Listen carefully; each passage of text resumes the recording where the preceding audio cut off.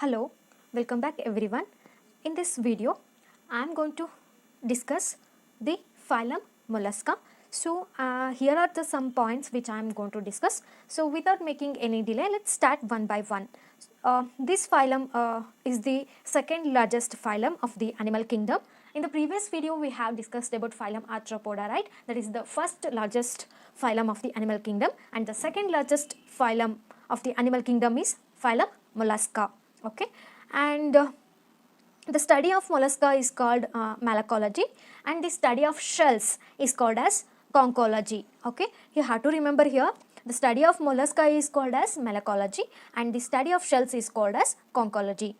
And majority of mollusks are marine forms, and some are freshwater and few are terrestrial forms, very few are terrestrial forms. And these are bilaterally symmetrical, triploblastic and eucoelomate. I guess can you remember this bilaterally symmetrical, triploblastic and eucoelomate, because I have explained this in the previous video while explaining phylum Arthropoda. There this is also same.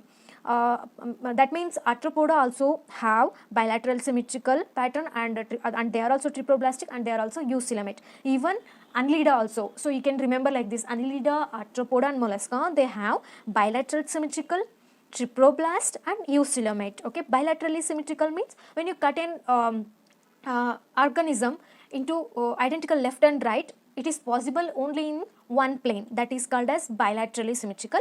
And triploblastic means they have three body layers, that is ectoderm, endoderm and mesoderm, and they are eucoelomate. Eucoelomate means true, they have true body cavity. And for more detail you can go back to my another video, that is on the Arthropoda. You can watch that video for more detail. Okay, and let us move on to the next point. The body is here, in case the body is unsegmented and soft, and it is covered by a thin smooth skin called mantle. Okay, and mantle secretes shell. Okay, and whenever you heard the name phylum Mollusca, you should always remember a keynote like this. Should remember shell. The animal, most of the majority of them bears shell, mantle. Okay, and they are unsegmented. So these are the key points about Mollusca. Okay, and let us move on to the next points. Mollusks are commonly called as shelled animals because they have calcareous shell. Okay. Next point, body is divided into head, foot and visceral masses. Okay, the body is divided into head, foot and visceral masses. So, for make you to understand in detail, I have drawn the diagram here. This is the diagram of neopelin. So, the divided into head, this is the dorsal view and this is the ventral view. So, and this is the mouth, this is the anus, this is the foot and this is the mantle. Okay, this part is called as the mantle and this part is called as shell. So, these key points in case of molluscans you have to remember is shell, mantle. They possess mantle and shell. So, so if you see the animal with the shell or mantles, you can say that those organisms are molluscans. Okay, so I mean just take a key point so that you can remember. So, and this is the diagram of pilla. Okay, and these are the parts. Okay, and there is a one more diagram. This is the diagram of dentalium. Okay, the body is divided into head, mouth, anus, mantle, foot. Okay, they have gonad and they have shell. Okay, these are the body parts of the dentalium. Okay, let us move on to the next point. A distinct head is present. It bears a terminal mouth, eyes and tentacles and other sensory organs. Okay, so they bears terminal means at the end, terminal mouth. Okay, you can see the terminal mouth, eyes and tentacles and other sense organs. And coming to digestive system, they have complete digestive system because they possess mouth and anus. They have it is complete because they have mouth and anus. They have two pores for that. So you can see here they have mouth and they have anus. Okay, here also in dentalium you can see the mouth here and you can see the anus here. Okay, Let us move on to the next point is buccal cavity contains transfer rows of teeth to tear up the food called as radula. So this is one more point you have to remember. What is they may ask what is radula? Radula is nothing but the buccal cavity contains the transfer rows of teeth to tear up the food. That is called as radula. Okay, and also they have rasping tongue is present. Okay, and the space between the mantle and body is called as mantle cavity. Okay, I guess this is visible for you guys. Yeah, let us move on. So next one is respiration. They respire by gills. This is also important one. They respire by gills called as ctenidia. So the respiratory organs of molluscans is ctenidia, and some terrestrial forms, molluscans which are those are terrestrial forms, they respire through lungs. Okay, and coming to the circulatory system, they have open type of circulatory system. Open type of circulatory system means they have their blood is in direct contact with the tissues. They don't have special articles, veins like that, but here they don't have those things. So here the blood is in direct contact with the tissues. That actually forms the open type of circulatory system. Then heart is 3-chambered with 2 auricles. Okay, 2 auricles and 1 ventricle.